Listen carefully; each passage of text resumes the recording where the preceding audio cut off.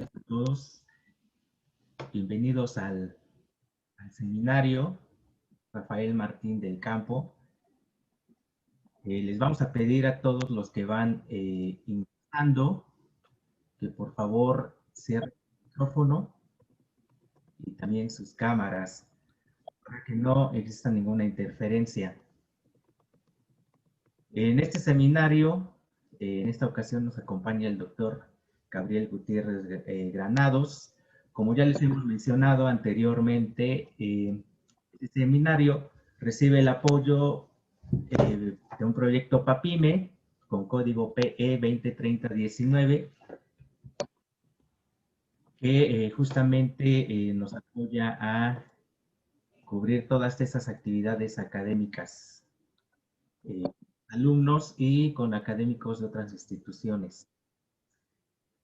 Voy a presentar brevemente al doctor Gabriel Gutiérrez. Es biólogo de la FES Iztacala. Su tesis de licenciatura fue sobre los efectos de la pérdida de mamíferos sobre la remoción de semillas. La maestría la realizó en el CIECO de la UNAM, analizando los efectos de un depredador introducido, boa constrictor, sobre la remoción de semillas. Y el doctorado lo realizó sobre los efectos de la extracción forestal, sobre los efectos que tiene la extracción forestal en las interacciones planta-mamífero en el Instituto de Ecología de la UNAM. Ha realizado diversos trabajos en la Semarnat y la CONAMP, además de consultorías privadas. Su interés está centrado en el estudio de las interacciones ecológicas y cómo son afectadas por las actividades humanas. Para esto ha usado como sistema de estudio a los vertebrados. En particular, los murciélagos le encantan por su biología única y todos los procesos ecológicos en los que participan. Recientemente comenzó a analizar el papel de la fauna silvestre en la dinámica de enfermedades emergentes y otros servicios ecosistémicos. Actualmente se encuentra adscrito a la FES Zaragoza de la UNAM, donde ha asesorado diversos servicios sociales, tesis de licenciatura y de posgrado. Bueno, y en esta ocasión el doctor Gabriel Gutiérrez nos complace una plática precisamente sobre los murciélagos y las interacciones que tiene con el humano. Entonces, le cedemos la palabra al doctor Gabriel Gutiérrez. Doctor, si quieres poner tu presentación, por favor, para revisar que funcione bien. Gracias. Gracias, Alejandro, y gracias a todos los organizadores.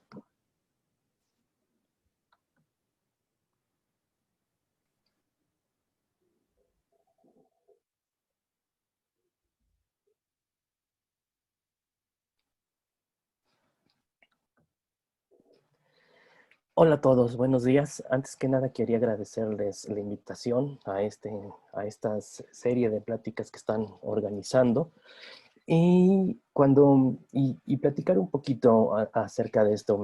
En algún momento me contactaron para ver si podía dar una plática sobre la relación que tenía la fauna con los humanos.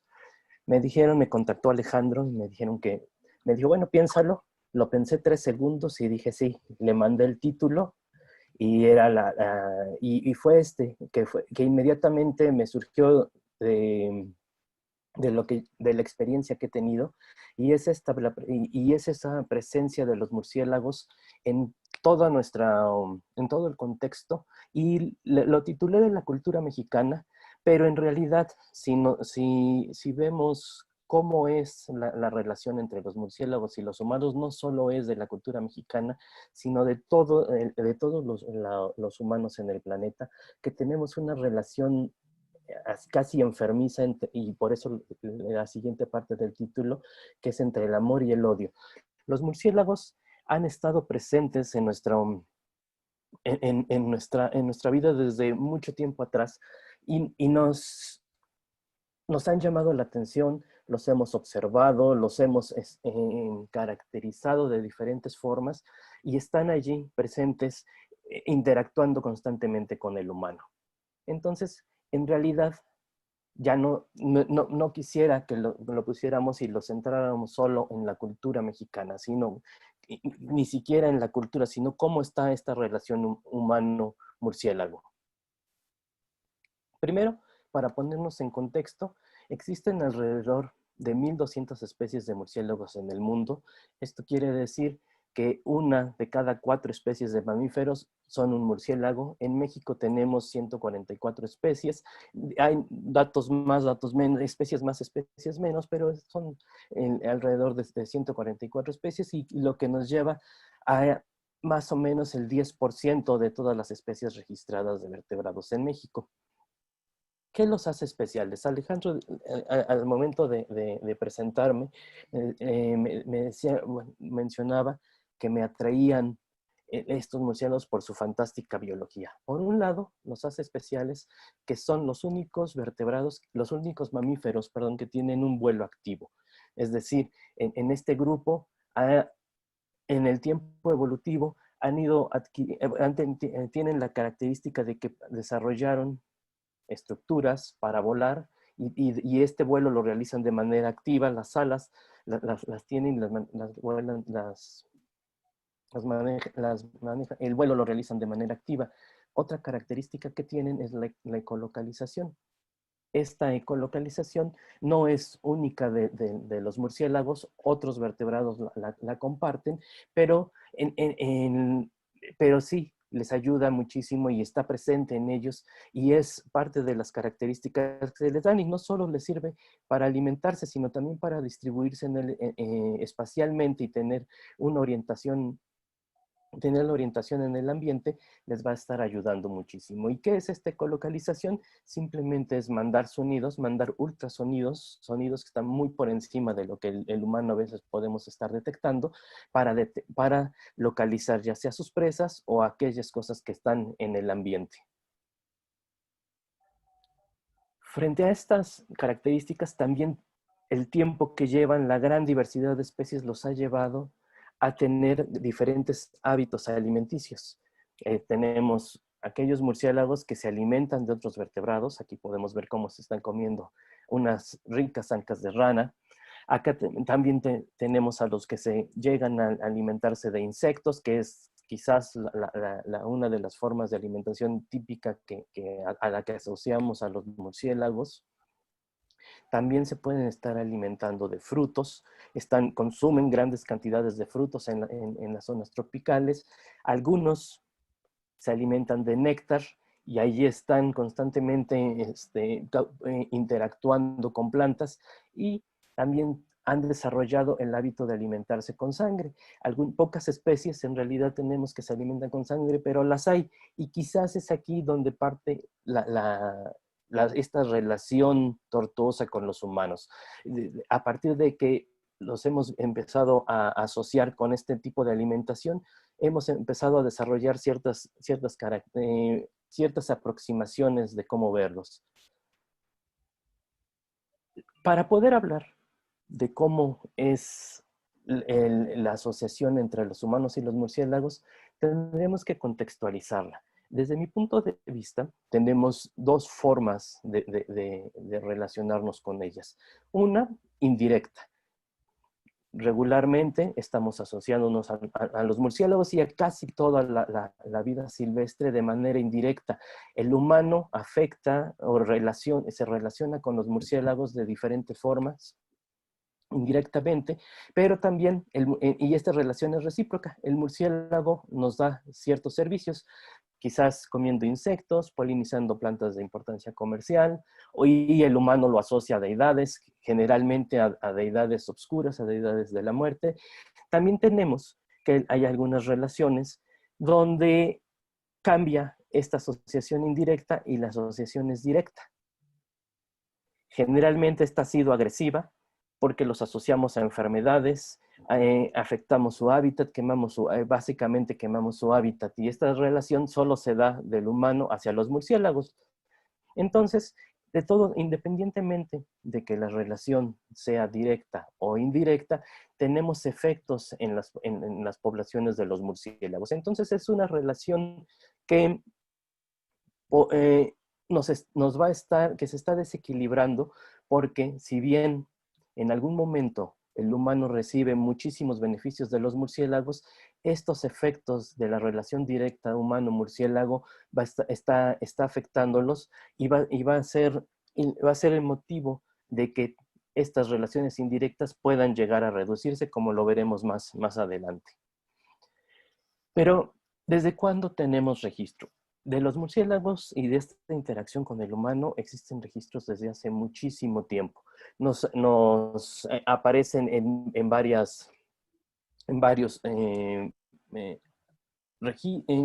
códices, los hemos encontrado en muchas partes y tenemos una leyenda que desde mi punto de vista es muy bonita, donde Sinancán, el dios murciélago que nace de Quetzalcóatl, es enviado a que muerda las partes reproductivas de las diosas Xochiquétzal.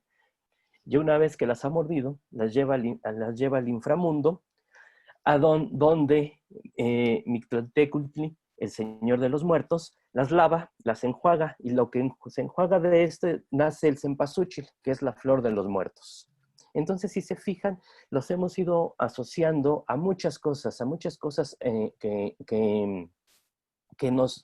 pero que siempre están en esta región del inframundo, en esta región oscura.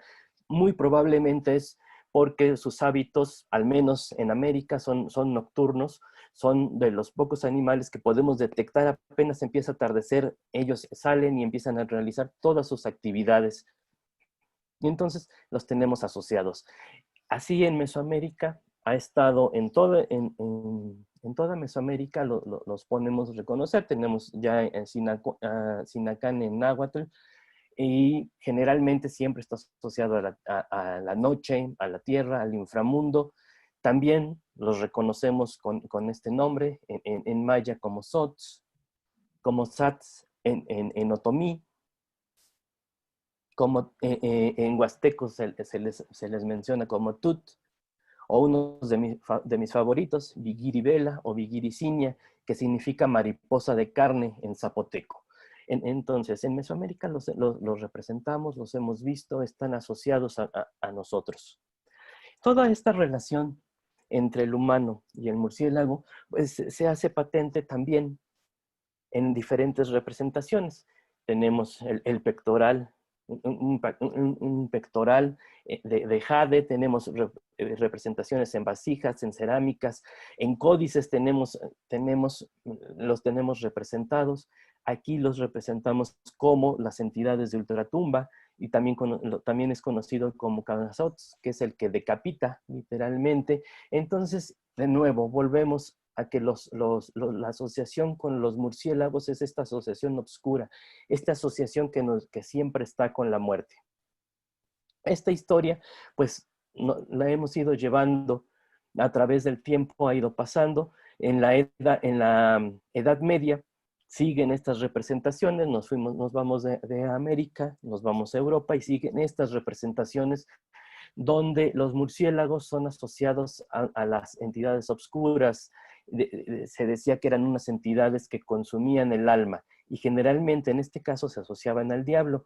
Si en las representaciones, si notaron en las representaciones que puse, también ya está esta forma antropomorfa, empieza a aparecer, desde siempre ha aparecido el asociar a los murciélagos y representarlos ya con una forma semihumana. Aquí en este grabado está este murciélago antropomorfo aconsejando y vigilando que esta representación del diablo y a esta representación del diablo para que aconseje aquí a esta persona. Entonces, siempre ha sido, los murciélagos los hemos tenido en esta parte oscura. Eso es algo que no podemos, no se ha dejado de lado y que nos seguimos arrastrando con nosotros. Generalmente se les han asociado también a otras figuras antropomorfas que presentan deformidades, o a otras, como literalmente dice, a otras bestias del inframundo, como son este pequeño saltamontes o este caracol, donde el murciélago está asociado a ellos, está conformando todo todo un universo donde forma parte de este mundo un tanto bizarro, donde todo lo que está asociado es algo, entre comillas, algo malo, algo oscuro.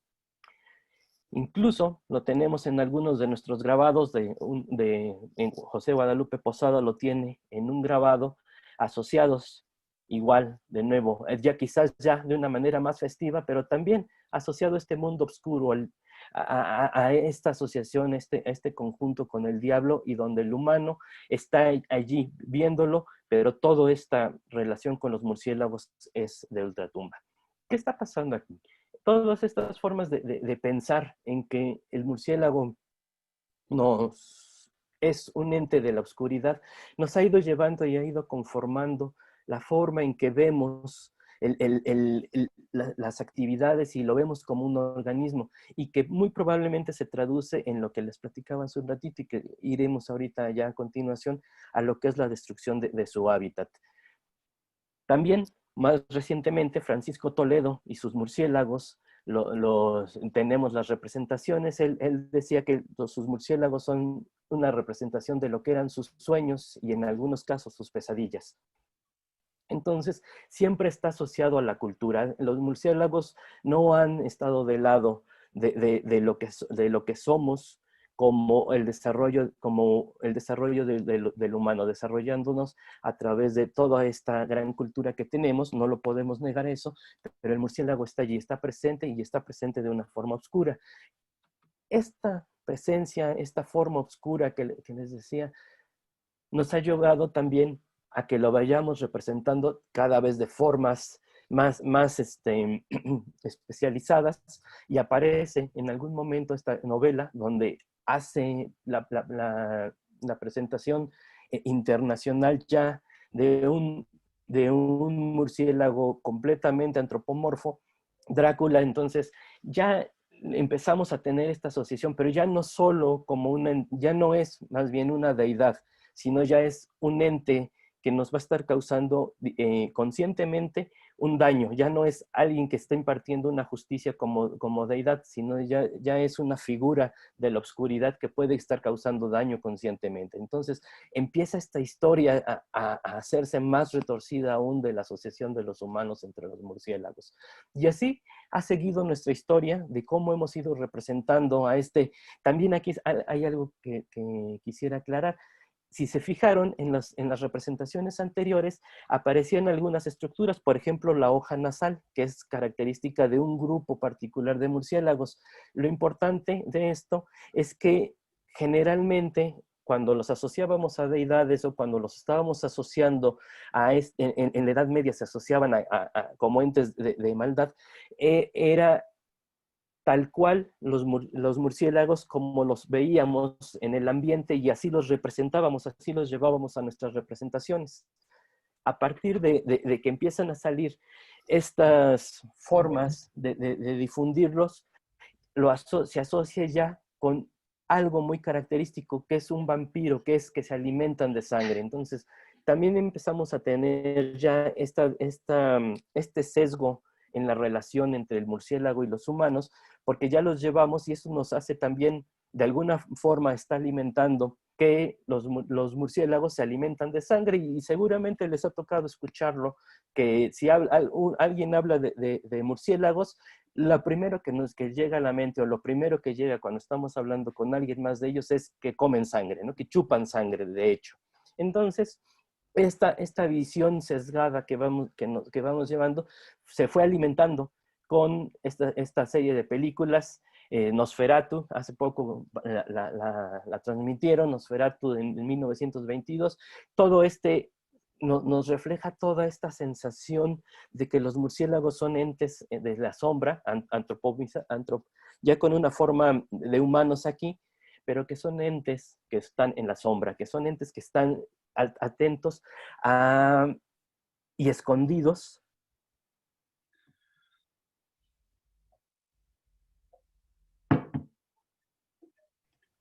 Gabriel, se cerró tu micrófono. Listo, ahí está. Esto nos ha ido llevando a tener esta visión extraña y visión muy, muy sesgada y quizás un tanto retorcida de lo que son los murciélagos y que lo vamos alimentando con todas estas películas de terror que se han ido produciendo. Finalmente, llegaría el momento en que a los murciélagos se les hiciera justicia. Y esto de hacerles justicia es entre comillas. Más o menos en los 40 aparece Batman, el hombre murciélago. Si se acordarán en algún momento, pues siempre estuvo de parte de la justicia, pero también en su historia aparece, hay esta parte oscura, ¿no? Es el bueno, es el malo, ¿qué está haciendo? Entonces, de nuevo es el mismo mensaje. Los murciélagos pues están allí, están presentes, si son buenos, son malos, son organismos que están en la oscuridad, los tenemos guardados, están allí, perdón, están allí dándonos interactuando con nosotros, pero siempre está esta sospecha bueno, están allí interactuando, pero son buenos, son malos, ¿qué son? Y esa idea persiste, sigue con nosotros, y eso nos ha llevado a que destruyamos el hábitat. Esta es una fotografía en Zacatecas donde por esta región, por esta zona, hay una cueva donde había unos murciélagos y entonces lo que hicieron los habitantes decidieron quemar para que estos murciélagos se fueran y finalmente quemaron muchísimos árboles porque el fuego se va y se afectó no solo a la cueva, los murciélagos efectivamente se fueron, pero también se afectó al bosque. Pero ¿qué importancia tiene que quemen nuestras cuevas? Que se quemen esas cuevas, que se queme el hábitat primario de los murciélagos. Generalmente, los murciélagos los asociamos a cuevas. Si decimos cueva, también estamos diciendo murciélago. Entonces, hay un estudio ya del doctor Arita, donde lo que él vio cuántas especies de murciélagos registró cuántas especies de murciélagos se encontraba en cuevas y pues en realidad sí estaba encontrando bastantes especies. Él centró su trabajo en la península de Yucatán, pero también analizó el resto del país y vio que, bueno, las cuevas son importantes como un sitio de refugio para los murciélagos. Los murciélagos en las cuevas no solo van a estar descansando, no solo van a estarse en algunos momentos alimentando, sino también van a estar llevando, hay cuevas de maternidad, cuevas donde las hembras de los murciélagos se alejan, algunas de las cámaras donde encuentran las temperaturas ideales, no solo para dar a luz a los pequeños murciélagos, sino también para mantenerlos. Entonces, las cuevas forman un punto esencial entre los murciélagos.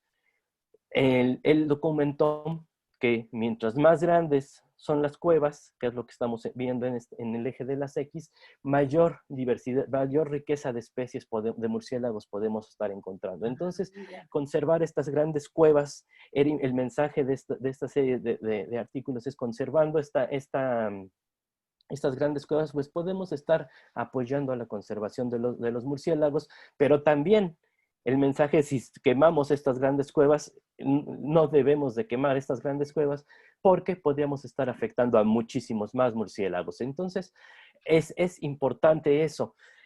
Recientemente también salió este artículo. El punto de análisis es que una cueva se puede conservar y es importante conservarla y para los murciélagos es importante eso, pero no solo una, sino por ejemplo, Contradarida brasiliensis, una especie de murciélago migratorio, usa cuevas en diferentes épocas del año y estas cuevas tienen diferente distribución a lo largo del sur de Estados Unidos, del sureste de Estados Unidos y en México. Entonces, dependiendo de la época del año, los murciélagos van a estar en diferentes cuevas. Entonces, el cuidado de las cuevas no es solo importante en alguna región geográfica, sino tenemos que tener el cuidado y la atención en todas las cuevas. Entonces, por eso se vuelve tan perverso que quememos estas para ahuyentarlos, porque no solo estamos afectando a los que están localizados en esa cueva, los que físicamente estamos viendo, sino a muchos otros que podrían estar haciendo un uso itinerante de ellas. Los murciélagos no solo están en las cuevas, como les estaba explicando hasta este momento, sino están en todos lados, los podemos ver en todos lados. Muchos descansan, pernoctan en palmas, en hojas de plátano, en árboles, en árboles en los exteriores o en los huecos de árboles viejos descansan. Los podemos encontrar también mucho más asociados a los humanos en casas abandonadas, en minas. Entonces, la interacción entre el humano y el murciélago es constante. Constantemente estamos viéndolos. Siempre está esta interacción presente y, como les decía, puede ser indirecta. Sabemos que están allí, no sabemos qué más hacen, pero están allí. O muy directa, espantándolos a ellos. Recientemente terminé un proyecto donde evalué a través de técnicas de ciencia ciudadana la diversidad de murciélagos en la Ciudad de México. Aquí la tengo representada por las delegaciones, donde básicamente estas dos delegaciones que dice que cero no es que no haya murciélagos, es que no pude ser muestreos en estas dos alcaldías, perdón, pero básicamente en toda la Ciudad de México tenemos la presencia de los murciélagos.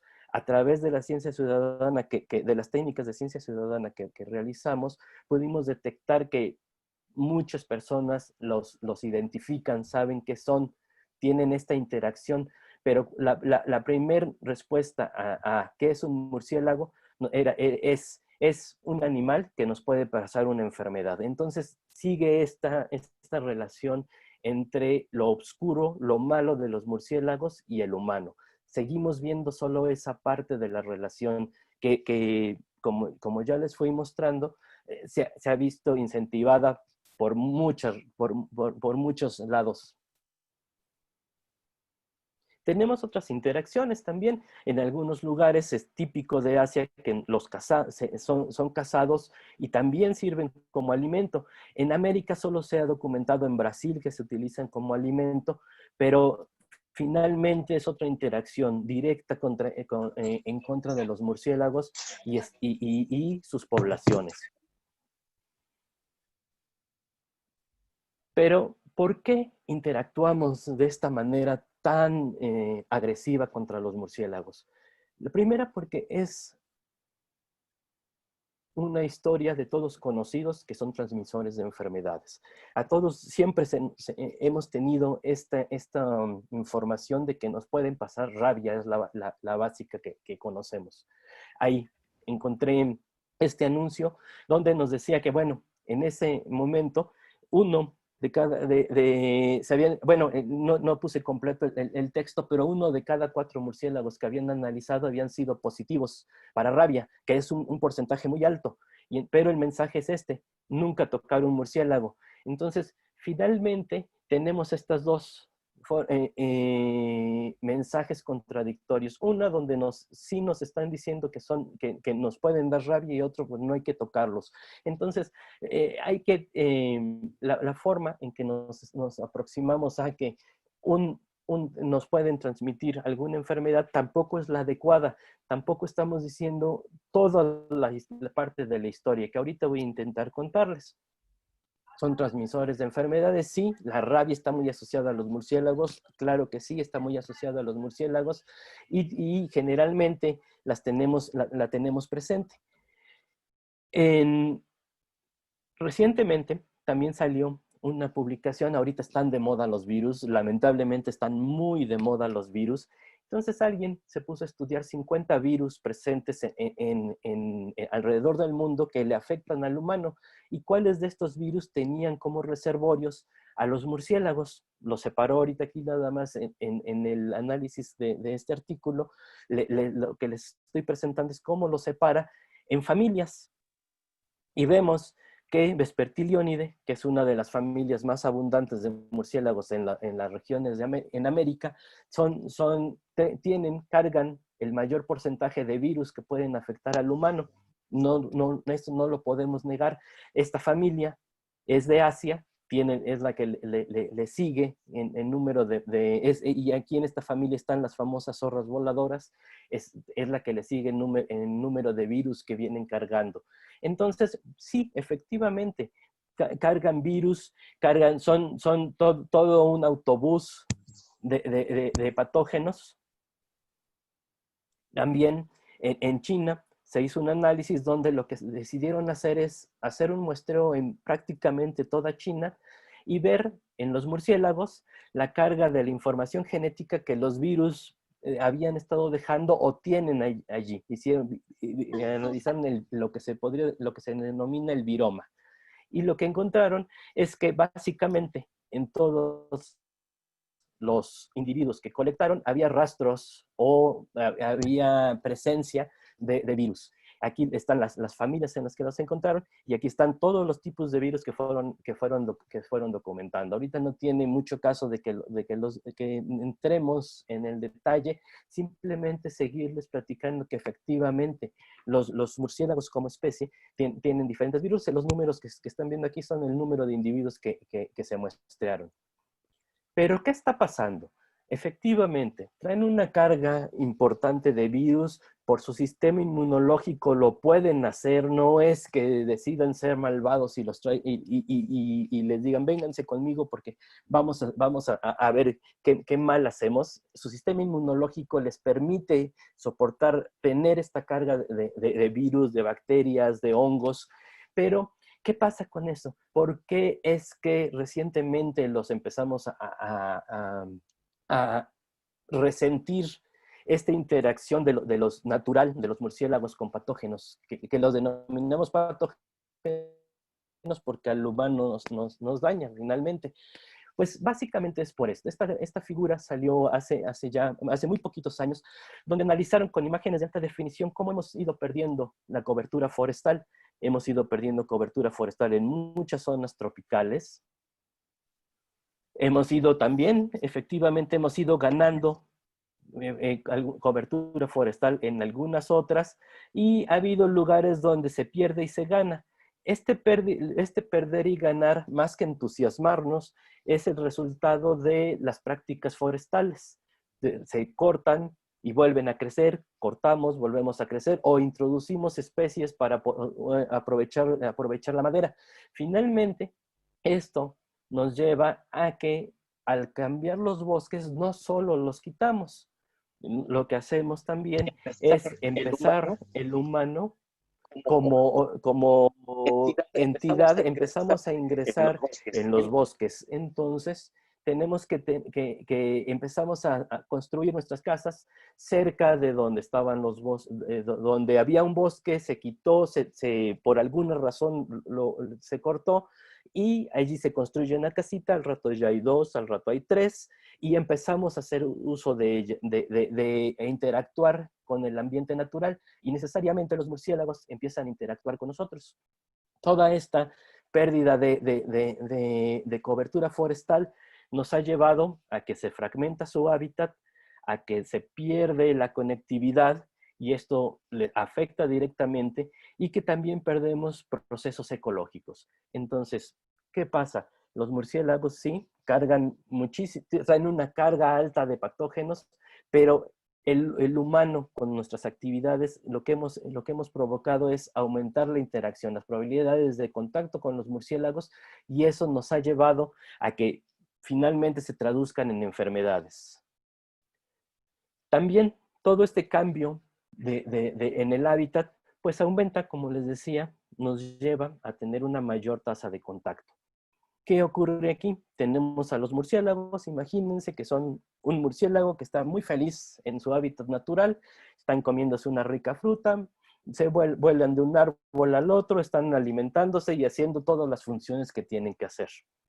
Cuando llegamos y acabamos con y cortamos árboles y vamos reduciendo su hábitat, necesariamente empiezan a interactuar con otros grupos.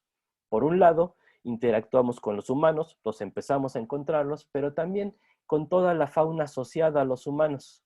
Estos animales domésticos y peridomésticos que van a traer también una carga de enfermedades que pueden transmitirse a los murciélagos. Hay algunos estudios muy interesantes de cómo se da este paso de enfermedades típicamente de animales domésticos o peridomésticos, se detectan en murciélagos, pero lo que más se ha documentado es cómo pasan algunas enfermedades de los murciélagos, pasan a estos animales domésticos. Si estuviéramos, si esto lo ponemos en el contexto de lo que es de la evolución de una enfermedad emergente, este es uno de los pasos importantes, ya que estos animales domésticos tienen el contacto muchísimo mayor y más cercano con los humanos. A estos sí nos los comemos directamente, los tenemos en nuestras casas, duermen en nuestra cama, los bañamos, los usamos para realizar diferentes trabajos. Entonces, esta vía de que lleguen a nosotros las enfermedades se aumenta cuando acabamos con el hábitat de los murciélagos. También ocurre que podemos tener muchísimo mayor, aumenta la interacción que hay aquí entre los murciélagos y los humanos. Los vemos más, los encontramos más, tenemos incidentes más frecuentemente. Entonces la tasa va aumentando y la tasa de contacto va aumentando, pero algo que también estamos seguramente haciendo con esta tasa de contacto y que está más que documentado, es que los murciélagos en sus poblaciones y en sus especies van bajando. La interacción se sigue haciendo, como les decía al principio, se va sesgando y ya no es, sea indirecto o sea directa, ya no está en la balanza. Vamos acabando constantemente con las poblaciones de los murciélagos. Las estamos reduciendo y poniendo en riesgo todos los servicios ecosistémicos que nos van dando los murciélagos. Muy al principio les decía que la interacción con estas fabulosas especies es de muchas formas, incluso de algunas que no habíamos detectado y que empezamos a analizar cómo cambia, por ejemplo, la geoquímica del suelo cuando están presentes todas las diversidades, todas las especies de un murciélago contra cuando ya no están presentes. Estas relaciones ecológicas tan bonitas, tan interesantes, tan emocionantes, las estamos afectando cuando empezamos a acabar con sus poblaciones. Y parte de esto que estamos acabando es sus funciones ecológicas. Nosotros reducimos las poblaciones de murciélagos y van perdiendo la función ecológica que va realizando. Hace muchísimos años se publicó un artículo muy famoso que se tituló The Empty Forest, el bosque vacío, donde nos platicaban, más centrado en los vertebrados terrestres, donde nos contaban Ken Redford que los vertebrados cumplían toda una función que cuando los organismos, los humanos, los cazábamos, empezaban a perderse. Y entonces lo que teníamos era un bosque vacío, un bosque ya sin todas sus interacciones ecológicas. Esta pérdida de funciones ecológicas podría quedarse hasta allí, vamos a ponerlo entre comillas, sin que pasara nada. Pero lo que en realidad está pasando, y ahorita se trabó la pantalla, lo que en realidad está pasando es que no solo estamos perdiendo funciones ecológicas, sino que también estamos perdiendo servicios ecosistémicos. Aquí, de la función ecológica se traduce a servicio ecosistémico cuando el humano empieza a hacer uso de ellas, cuando empezamos a tener un beneficio directo e indirecto y que se puede perfectamente cuantificar, entonces tenemos este servicio ecosistémico. ¿Qué servicios ecosistémicos son los típicos de los murciélagos, los que todos conocemos? Pues el control de insectos. Seguramente han escuchado que los murciélagos consumen grandes cantidades de insectos. Tenemos la dispersión de semillas en las selvas. Los murciélagos consumen frutos y mientras los agarran y van volando, van tirando pedazos de estos frutos o los consumen y las semillas pasan por su tracto digestivo y esto favorece que estas puedan germinar. También polinizan, y otro que no es tan conocido, que es el control de enfermedades. Ahorita vamos a ir viendo poco a poco esto. Entonces, el primero y el que todos tenemos más cercano a nuestras experiencias es el control de insectos. Mucho se ha documentado de cómo los murciélagos consumen los insectos en los cultivos, pero no solo en los cultivos, también en los sistemas naturales están constantemente consumiendo insectos y mantienen este control poblacional sobre este grupo. Hay un trabajo muy bonito que se publicó en Science, donde hacen en la isla de Barro Colorado y en diferentes islas, hacen un sistema experimental donde en algunos árboles ponen un sistema control, que lo que hacen es, imagínense, aislar un árbol y no dejar que se acerquen ni aves ni murciélagos y que todo siga allí. Y obviamente dejando dentro de estos árboles que están aislando, que están separando, dejando a su comunidad de artrópodos intacta. Entonces se hacen eso, hacen otro donde solo separan estos árboles, solo los aíslan durante el día. Es decir, están evitando que se acerquen las aves, pero en la noche los abren. Y hay otro donde los aíslan en la noche y, en el día están activos para que las aves hagan su trabajo. Los resultados que obtuvieron están más que bonitos, ¿no? Finalmente, y si estamos tratando de aplaudirle a los murciélagos y las funciones que hacen, este artículo está perfecto. Encontraron que si dejan a que cuando en los árboles, lo más importante es que si tenemos árboles en este control, los insectos se van caracterizando, perdón, van aumentando su presencia. Perdón, les dije al revés el control. Pero bueno, finalmente, el punto aquí es que si ustedes quitan a los murciélagos, va a haber una alta cantidad de insectos por metro cuadrado en esos árboles. Entonces, en las zonas tropicales donde no es tan famoso el control de los murciélagos de insectos, también cumplen un papel muy importante. Y esta se vuelve más importante si tenemos en cuenta que en estas zonas tropicales tenemos cultivos, tenemos sistemas agroforestales, tenemos cultivos de cacao, por ejemplo, o de café, donde los insectos también pueden llegar a causar un daño importante. Esta imagen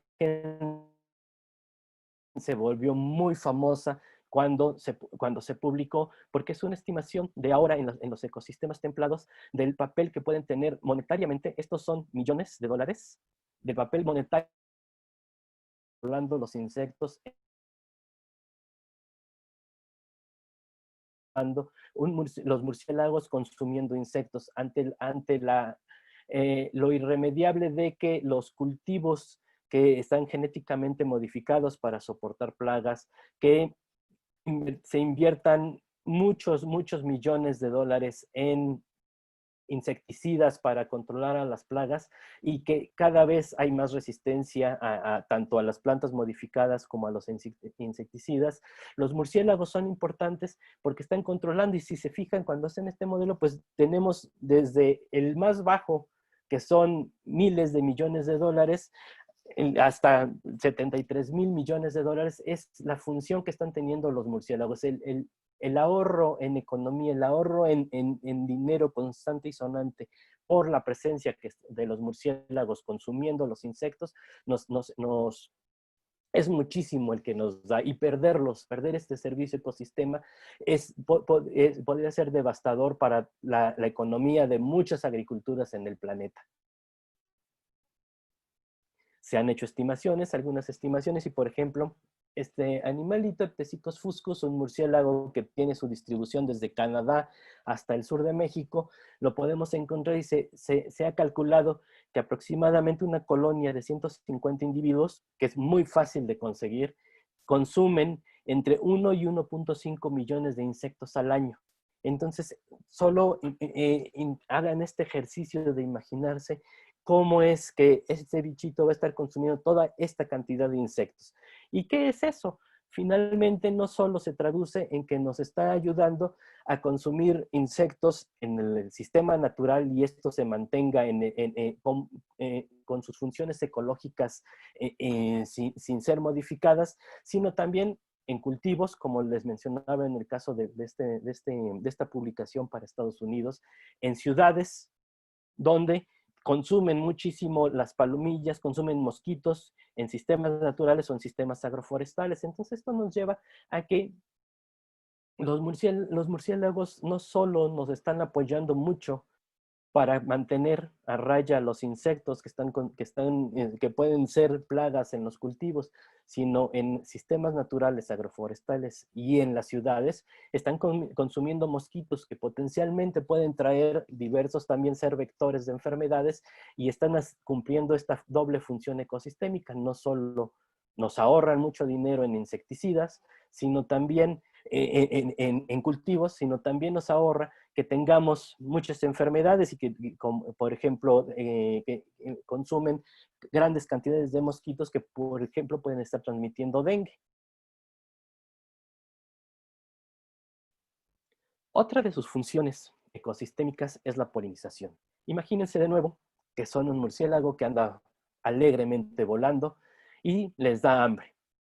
Se encuentran esta planta, se acercan, empiezan a consumir el néctar o simplemente se acercan a tomar agua, les da sed y empiezan a tomar agua de la flor. Y lo que pasa es que cuando ustedes se acercan reciben un baño de polen. Ya van todos con su baño de polen, pero resulta que obviamente siguen teniendo hambre y van a la siguiente flor. Si van a la flor de al lado, quizás no pase nada. Pero si vamos a la flor que está en el árbol a 3, 4, 5 kilómetros de distancia, lo que estamos haciendo es moviendo todo este material reproductivo de las plantas a otras, fomentando la diversidad genética en las plantas. Entonces, esta función ecológica que está realizando el murciélago es muy importante. Está no solo ya interactuando con el humano, estamos interactuando con las plantas. ¿Cuándo se vuelve esto importante para el humano? Seguramente se acordarán que hay murciélagos que se alimentan y que polinizan plantas en zonas áridas y semiáridas. Esto nos corresponde en México a una porción importante de nuestro territorio, y en estas áreas, en todas estas áreas tenemos agaves. Entonces ahora se vuelve muy importante. El agave es la materia prima para la producción del tequila, para la producción del mezcal. Entonces tenemos que esta industria soporta alrededor de 2,000 millones de dólares al año. Entonces imagínense, los murciélagos están polinizando, ellos están haciendo su trabajo, pero lo que está pasando es que están soportando una industria millonaria que sin ellos bajaría mucho la calidad, e incluso bajaría, podríamos dejar de producirlos. ¿Y qué pasa? De nuevo, esta interacción un tanto enfermiza que tenemos con los murciélagos se ve aquí que nos afecta. Cuando empezamos a tener la producción de tequila, lo que hacemos es cortar básicamente al individuo para poder hacer la producción. Esto significa que estamos quitándole a este bichito la posibilidad de interactuar con las flores de estos agaves que ya cortamos para la producción de tequila y de mezcal. Y esto es entre muchas otras plantas con las que interactúan y que tienen un producto económico para el humano. Entonces, los quitamos, le empezamos a afectar, nos afectamos su hábitat, afectamos la forma, su fuente de alimentación, y nos estamos afectando cuando estamos también acabando con esto. Nos estamos afectando en esta industria millonaria, y que México es el productor mundial en tequila. Debido a esto, hacemos muchas cosas. La UNAM sacó un proyecto de hacer el trabajo de hacer tequila amistoso, que el tequila sea amigo de los murciélagos.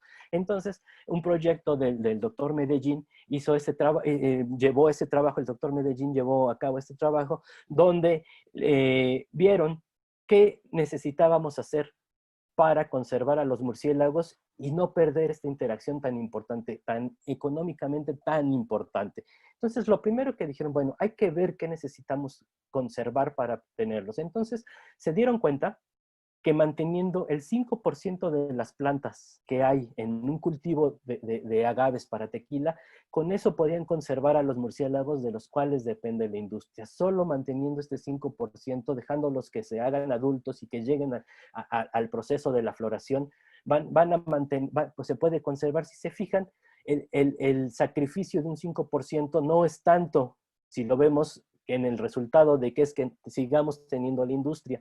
No solo es eso, sino también gracias a este trabajo salió un certificado de origen. Entonces ahora podemos tomar tequila amigable con los murciélagos siempre y cuando veamos que tiene esta etiqueta. Entonces tenemos que, si bien esta interacción ha sido casi siempre en desbalance en contra de los murciélagos, podemos hacer mucho trabajo para apoyarlos y para favorecer que sus poblaciones no bajen y que sigan realizando los servicios ecosistémicos que nos dan. Vamos llegando a la parte de cómo vamos llegando a esta parte de cómo los humanos estamos afectando a los murciélagos. Y hace algunos años, en el 2006, se salió el reporte de este síndrome de nariz blanca. Seguramente muchos lo han escuchado, quizás otros no han oído de él. Lo llamaron así porque es típica que aparecen estas marcas blancas alrededor de la nariz y en muchas partes, en muchas regiones con mucosa en los murciélagos aparece. Es un hongo, su nombre es Pseudogymnoascus destructans. Es un hongo que dirán, bueno, y ahorita el hombre, ¿por qué tiene la culpa de este hongo? Aparentemente tiene su origen, el hongo tiene su origen en Europa y fue introducido a las cuevas, en Norteamérica, en Estados Unidos, en el norte de Estados Unidos, más específicamente en Nueva York, fue introducido. Y el hongo provocó una enfermedad que se denomina así, síndrome de nariz blanca. ¿Qué efectos ha tenido? Que ha sido devastador. Alrededor, en las cuevas de hibernación, alrededor del 90% de los individuos de algunas colonias de hibernación básicamente fueron destruidas.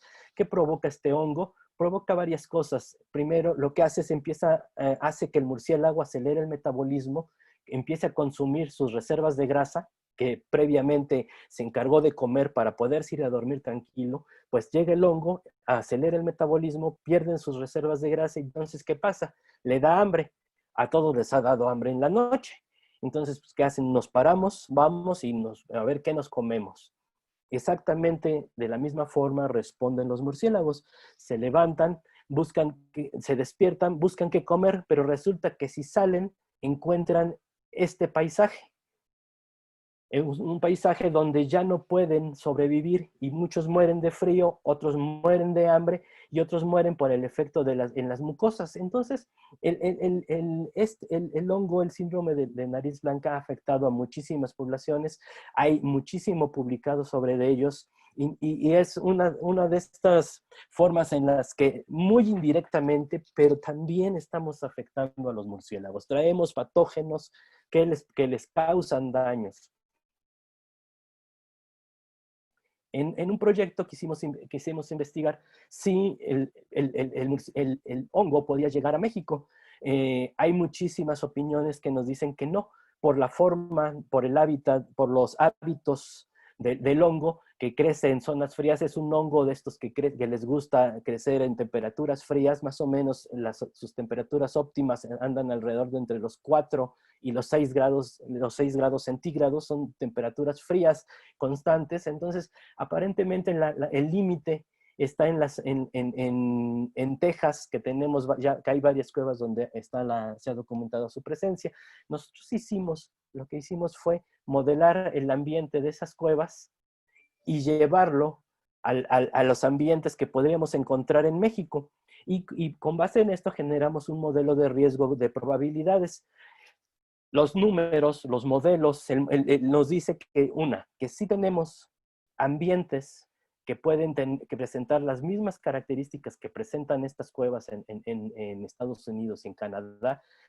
Y si tuviéramos que trazar una ruta, la ruta la ruta sería por la Sierra Madre Oriental, aunque aquí tenemos pocos ambientes que se le parezcan a esta zona, pero acá hay muchos, entonces simplemente tenemos especies que pueden estar volando. Tadarida brasilensis, les decía, es una especie que está migratoria y que vuela cientos de kilómetros, fácilmente puede estar cubriendo esto. Tenemos especies que comparten hábitats como el Ptesicus fuscus. Muchos de los miótidos que tenemos en México también pueden estar compartiendo espacios. Entonces, el riesgo es latente. Pueda o no ingresar el hongo a México, lo importante aquí es estar alerta siempre y mantener esto de ser en la relación humano-murciélago que sea ciertamente de conservación de estas zonas. Les presentaba también, si se acuerdan del mapa de las cuevas, están en estas zonas. Entonces, no solo es que nosotros tengamos que hacer trabajo de conservación del hábitat de los murciélagos porque vaya a llegar el hongo. Eso podría quedar incluso como secundario, sino porque es necesario mantener esto por una razón más, para poder mantener esta relación con los murciélagos. Entonces, hasta ahorita, y ya casi estoy por terminar esta plática, las interacciones entre el humano y el murciélago han sido sesgadas, han sido de ponerlo como este ente oscuro, este ente al que tenemos que tenerle miedo, y sin embargo es todo lo contrario. Espero haber logrado convencerlos, y si no convencerlos, al menos sembrar esta espinita de que los murciélagos nos están ofreciendo un montón de funciones que nos están ayudando a que nos mantengamos como humanidad, que estas interacciones murciélago-humano que se están sesgando hacia el humano, hagamos trabajo de conservación, trabajo de ecología, trabajo donde todos, no solo biólogos, sino economistas, sociólogos, todos trabajemos en conjunto para tratar de mantenerla lo más sana posible sin afectar sus servicios ecosistémicos.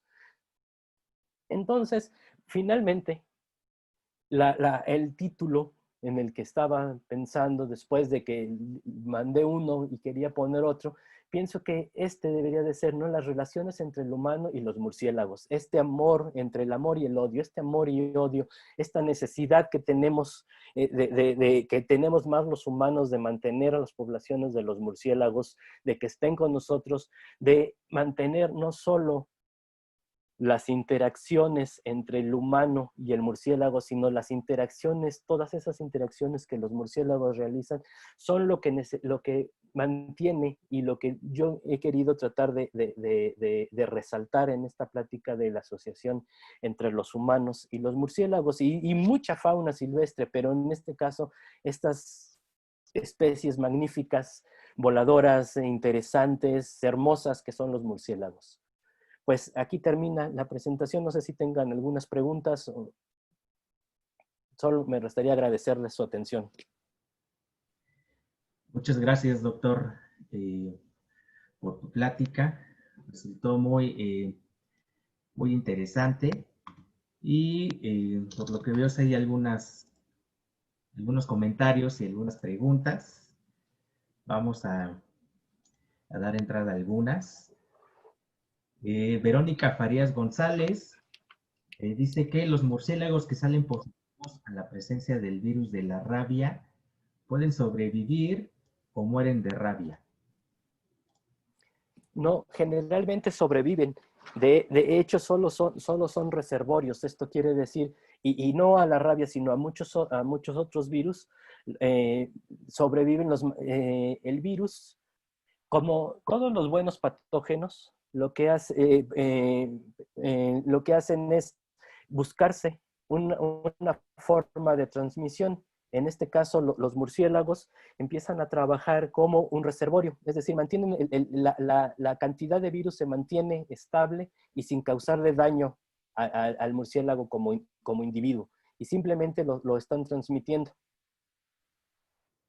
De hecho, ha habido trabajos donde toman un murciélago y hacen diferentes muestras, lo sacrifican y toman muestras de diferentes partes, y básicamente el virus de la rabia solo lo encuentran en las mucosas de la boca o en las mucosas del ano. En el resto del organismo no está. Gracias al sistema inmune lo mantienen solo en ciertas partes. Lamentablemente son esas partes que finalmente tienen contacto con otros organismos, incluyendo al humano. Bien, gracias, doctor. Otra pregunta de Pilar Ortega.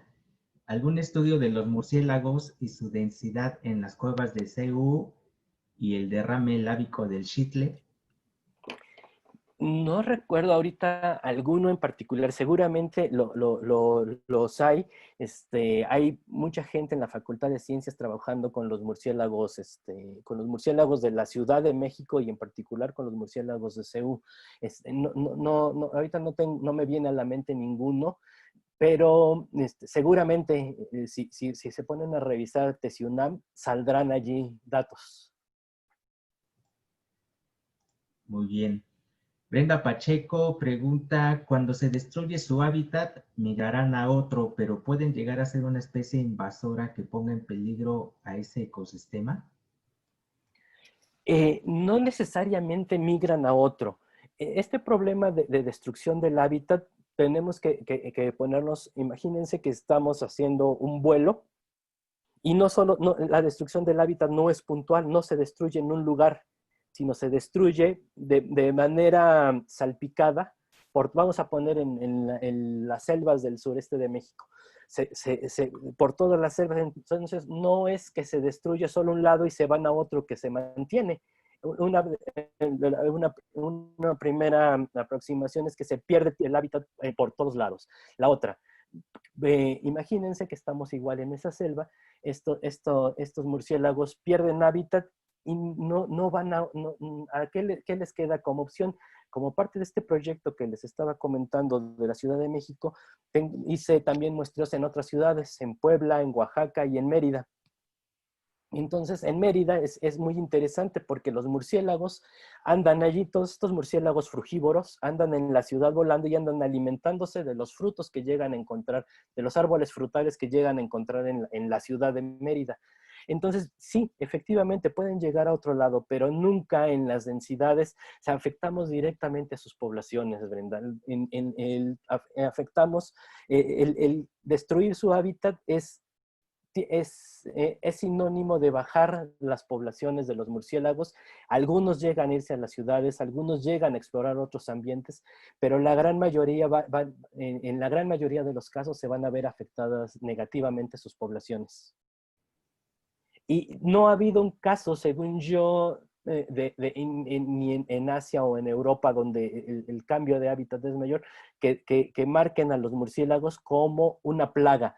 Sí, en algunas ciudades, por ejemplo, en las iglesias, les encantan las iglesias, y sí cuando están descansando y excretan, estas excretas están afectando los retablos, el arte de las iglesias las afectan, pero no ha sido considerado aún como una plaga.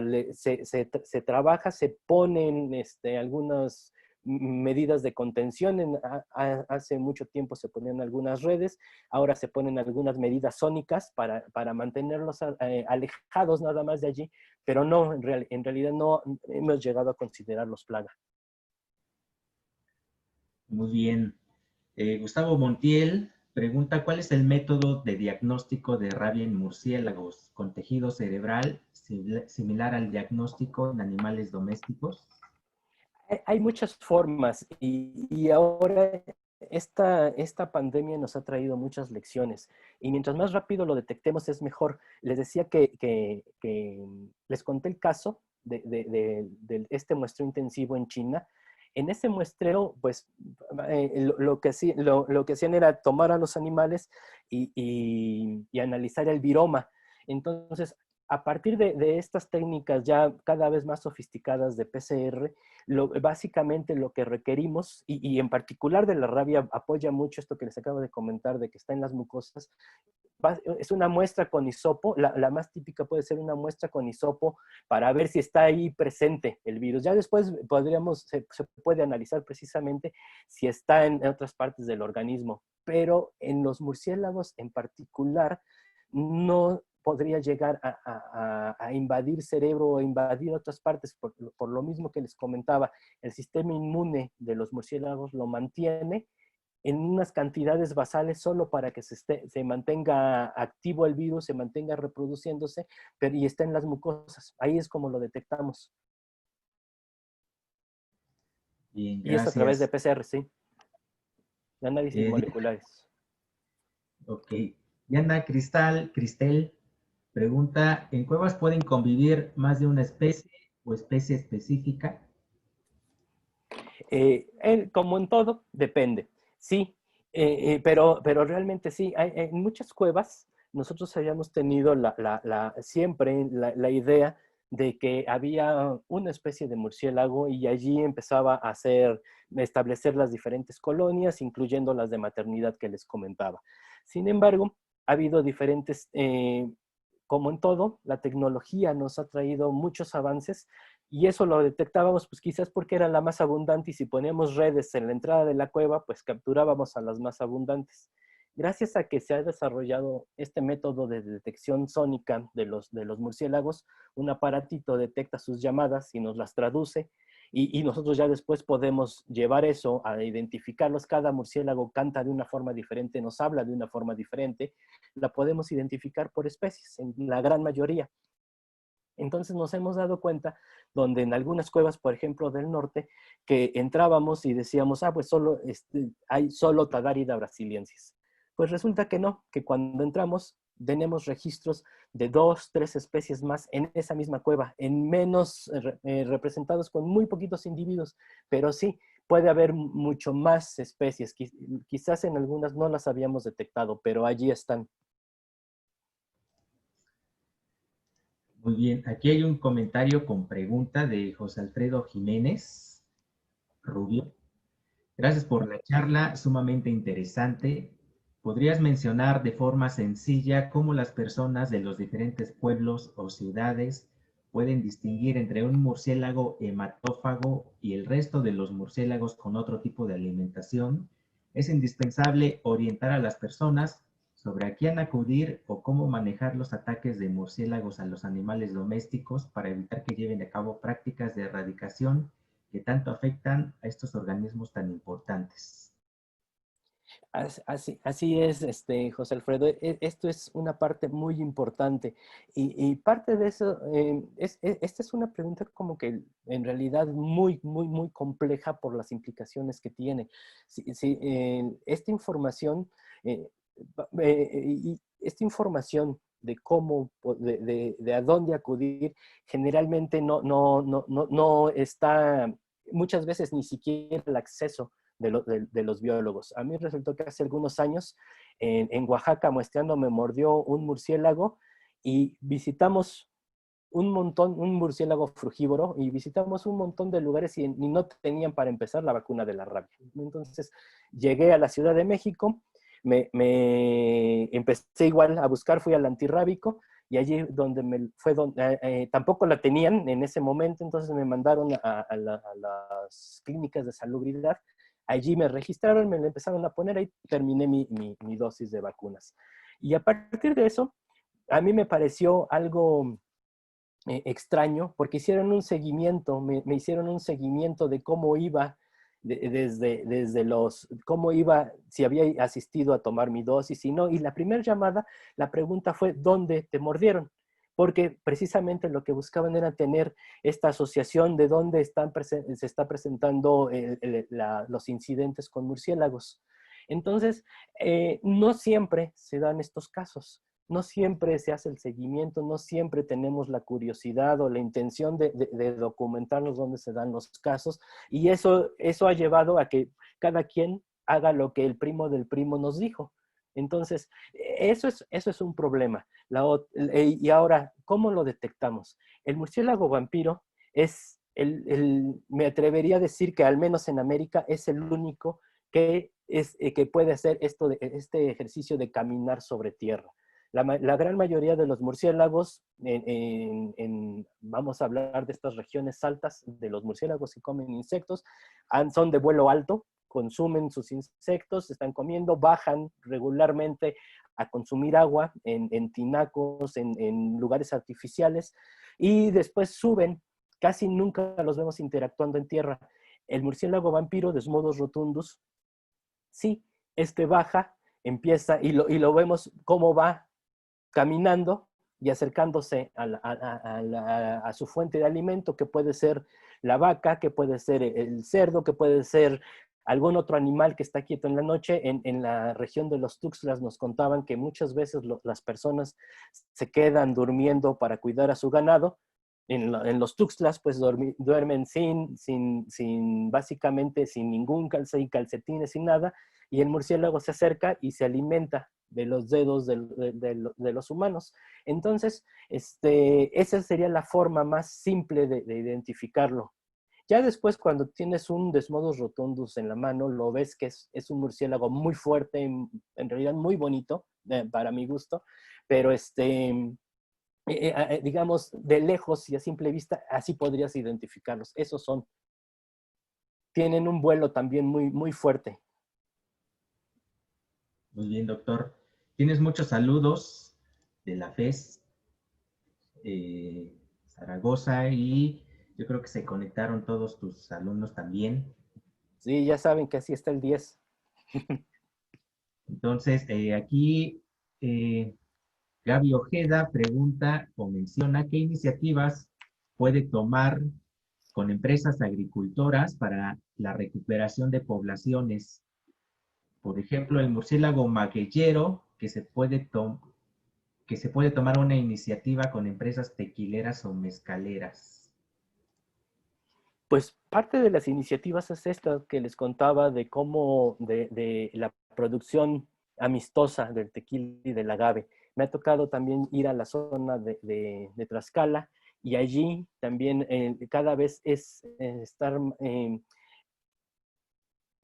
más conscientes de que la reproducción vegetativa no es la mejor ruta para mantener los agaves, sino es la reproducción sexual, y es donde los murciélagos entran.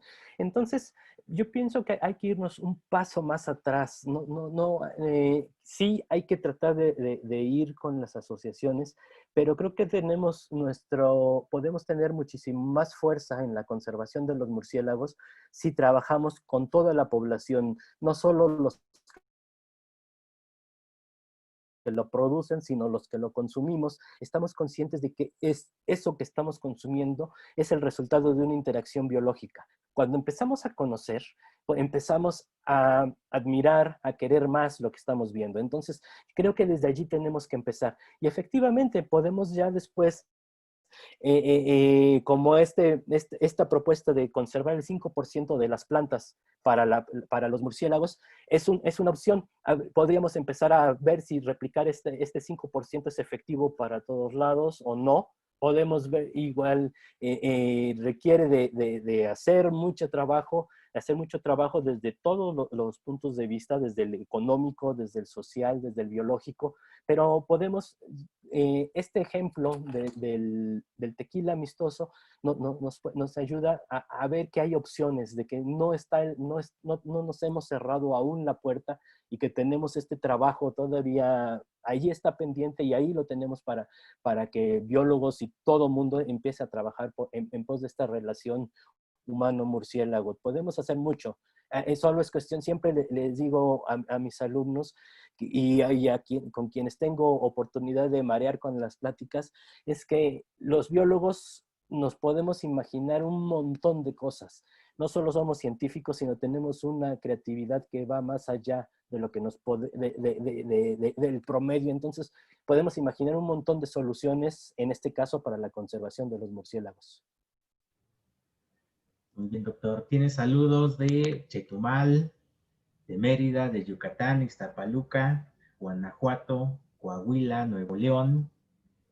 Y yo creo que tienes muchísimas preguntas también, pero yo creo que esta sería ya la final para concluir. Adriana Elizabeth ¿Cuáles son las mejores estrategias para generar conciencia en las personas en zonas urbanas para la conservación de los murciélagos? Muchas gracias, doctor. Saludos de Evangelio, Irapuato, Guanajuato. Eh, yo creo que la mejor estrategia es comunicar. No, no quedarnos con que yo sé de murciélagos y yo conozco mucho de su biología, puedo identificarlos, puedo decirles por qué mueve primero el ala izquierda y después el ala derecha. Eso es importante. Claro que es muy importante como biólogos y para seguir estudiándolos y analizándolos, porque en algún momento podemos aplicar por qué mueve más el ala derecha que la izquierda. Pero si comunicamos toda esta información a nuestros hermanos, a nuestros parientes, a quien nos encontramos en la fila de las tortillas. Esa es la primera forma de regar toda esta iniciativa de conservar a los murciélagos. Les platicaba del proyecto con la Ciencia Ciudadana. Parte de ese proyecto implicó tener algo que se denominó Abuelo de Murciélago, que eran una serie de pláticas muy rápidas en donde nos dejaban dar una serie de pláticas básicamente mostrándoles esto es un murciélago, vuela, interactuamos con él y nos da estos beneficios. No más información. No es necesario cansar a la gente como ahorita lo estoy haciendo con ustedes, de una hora de platicarnos por qué son buenos. Pláticas muy rápidas de decir por qué estás haciendo. Estoy de acuerdo en que los niños son una parte importante. Parte del proyecto es que nos hicieran un dibujo de cómo de lo que ellos veían que era un murciélago, cómo interpretaban que era un murciélago. Muchos eran Batman, muchos eran dibujos de Halloween, pero finalmente están presentes y eso es lo importante. Yo creo que esa es la mejor estrategia en todos lados, no solo en las ciudades, sino de difundir que los murciélagos están, los murciélagos estamos interactuando con ellos y que no nos van a causar un daño, más bien nos van a causar una serie de beneficios y están allí finalmente y mientras más entendamos nuestra interacción con ellos, creo que más los podemos conservar. Entonces la mejor estrategia es platicarlo, a quien se deje platicar. De acuerdo, pues nuevamente muchas gracias, doctor, por tu participación. Una plática muy interesante. Tienes muchísimas preguntas. No sé si gustas dejar tu correo en el chat para que alguien se pueda comunicar contigo porque piden también publicaciones tuyas. Entonces, bueno, para cerrar, les agradecemos a todos su asistencia y les recordamos que la siguiente plática no se la pueden perder el martes 13 de octubre, igual a la misma hora, de la doctora María del Rocío Rodiles Hernández del Colegio de la Frontera Sur. Una plática sobre biodiversidad de peces y pesca artesanal en la selva Lacandona, cuenca del Usumacinta. Les agradecemos a todos su asistencia y saludos al Ecosur Chetumal y a la UAM Xochimilco. Pues muchas gracias. Gracias a ustedes.